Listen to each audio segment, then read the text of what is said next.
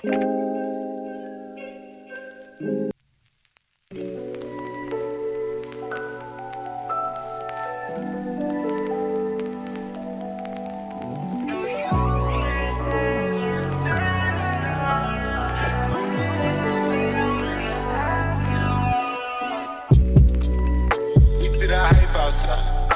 from the house, took it straight from outside, straight to the couch. We put the mic outside, edit shit out.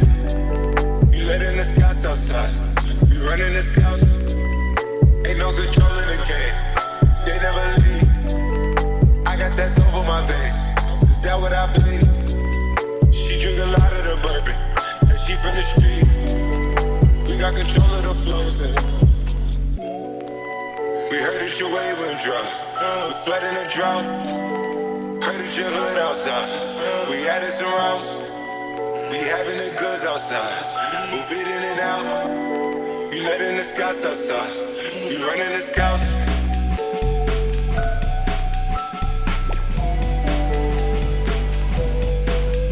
Nigga, the cops outside.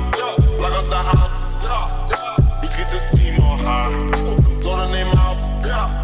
Nigga, the post outside. Pull up the top. She one of my most outside. Bringing the shots.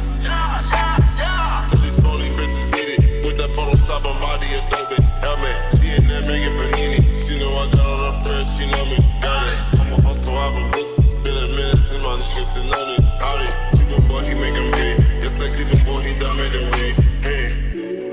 Headed for someone to go. Any more cinema. These. Niggas don't know where to go. Gotta keep giving them heat. Tell me go double though. Till they add up the mad. And I've been dealing with so many things, having so many dreams.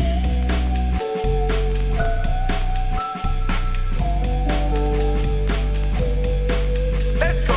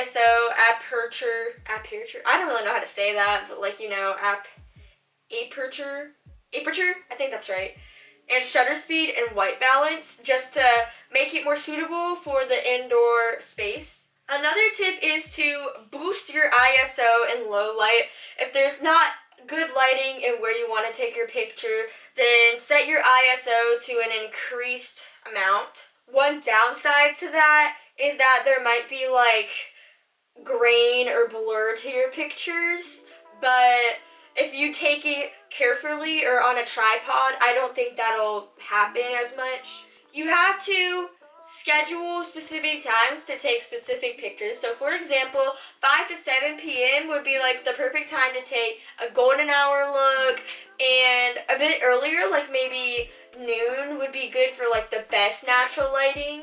One of the most important parts of a picture is the background, so I'd be sure to focus on that a lot more. A cool background example would be like taping schoolwork to your wall and having a photo shoot with it and adding some cool effects to it. I think I'm going to do that this weekend, and yeah, that'll be up on my Instagram soon. My Instagram will be linked down below if anyone wants to follow. Make sure to add pops of color to your background as well. For example, a textured table in the background would be cool, a little rustic.